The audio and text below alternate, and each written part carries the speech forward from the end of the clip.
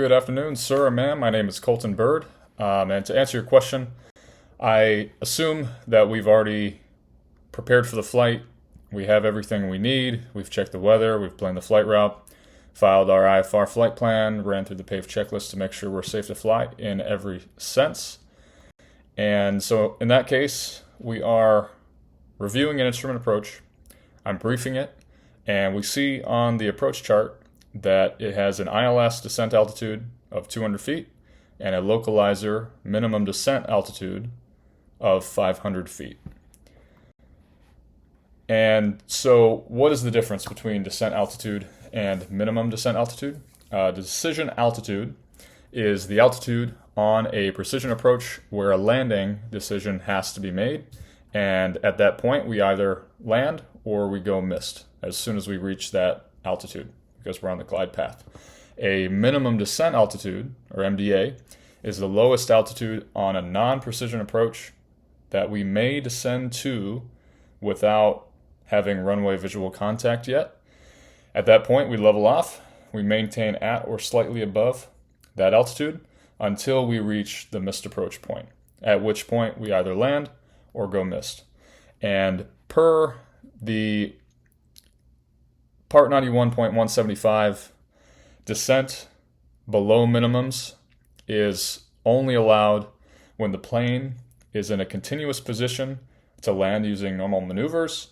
We have the required approach visibility on the chart present at the airport, and we have visual reference to the runway or the approach lighting system.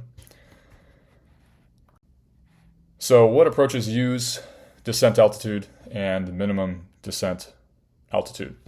Approaches that use descent altitude are the ILS, the LPV, and the LNAV, VNAV.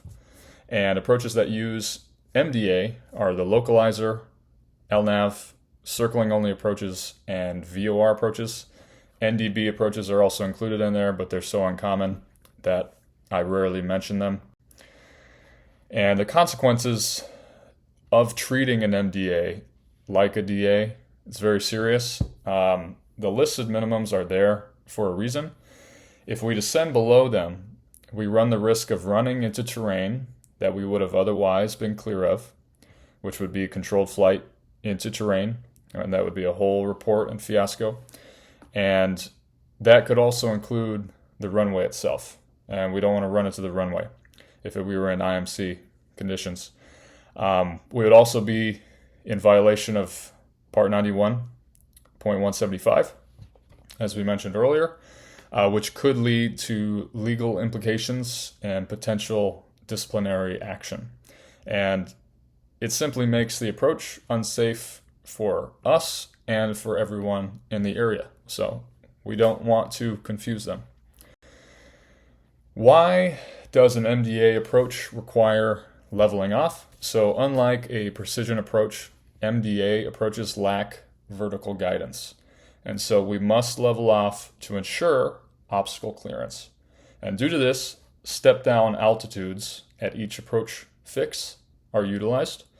Unlike a precision approach where we go missed at the descent altitude, as we mentioned before, on an MDA approach, we only go missed when we reach the missed approach point.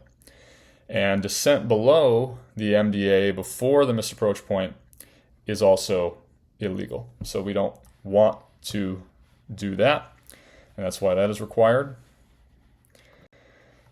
And most importantly, biblical integration for this. We always want to be mindful and careful. Proverbs 4:26 says, "Give careful thought to the paths of thy feet, and be steadfast in all thy ways."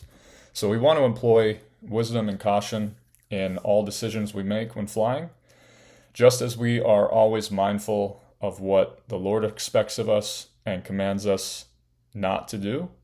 We should always be aware of the regulations and requirements pertaining to our flight and be very cautious and responsible so that we don't break them. Again, my name is Colton Bird, and thank you.